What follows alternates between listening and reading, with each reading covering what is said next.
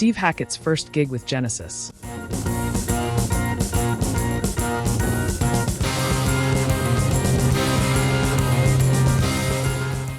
A nervous start to a new era. On January 14, 1971, Genesis played a gig at University College, London, marking the live debut of their new guitarist, Steve Hackett. For Hackett, this night would become a memorable, albeit nerve-wracking, chapter in his career with the band. Joining Genesis, a classical touch. Steve Hackett joined Genesis in late 1970, following an audition that showcased his unique style. Hackett brought a blend of classical, jazz, and blues influences, developed since his childhood in Pimlico. Inspired by the Beatles, Bach, and George Martin's orchestrations, Hackett's approach to guitar was more compositional than flashy, something Tony Banks and Peter Gabriel recognized during his audition. "We thought that some of what he did would fit really well," Banks later recalled, praising Hackett's classical edge. Point 1. Before the audition, Hackett had advertised in Melody Maker for years and had gained limited recording experience with the band Quiet World. But when he joined Genesis, he knew this was his opportunity to make a lasting impact. The big night, January 14, 1971. London, University College. By the time Hackett stepped on stage for the first time as a member of Genesis, the band had already begun evolving into a cohesive unit. Phil Collins, who had joined a few months earlier, had quickly become a vital part of their sound. Mike Rutherford, having the dual roles on bass and rhythm guitar, was developing as a rhythm guitarist, while Peter Gabriel and Tony Banks remained the creative core. The University College gig, however, was not an auspicious start.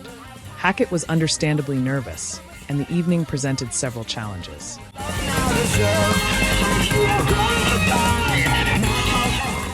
Equipment problems, a recurring issue for Genesis in their early days, plagued the performance. Hackett's borrowed fuzz box malfunctioned.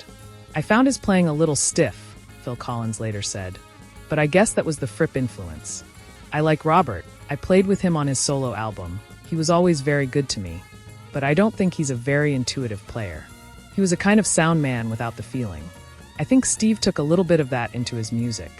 It wasn't a groove, and as a drummer, that was really where I lived." Adding to the chaos on that first night, Collins decided to test the limits of his ability to drum after consuming Newcastle Brown Ale. According to Collins, "I was doing perfect drum fills, 3 inches to the left of every drum." The resulting performance left the band frazzled. Misunderstandings and lessons learned. Backstage, Hackett misinterpreted a heated discussion among the band members as criticism of his performance. In reality, Banks and Rutherford were admonishing Collins for his ale-induced drumming experiment. Sound mixer Richard MacPhail tried to reassure Hackett after the gig, leading him off stage after saying, "It's over now, Steve."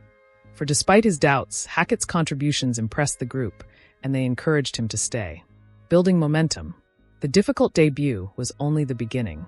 Hackett and Rutherford soon developed intricate ideas for their twin 12-string guitars, which was a hallmark of Genesis' sound.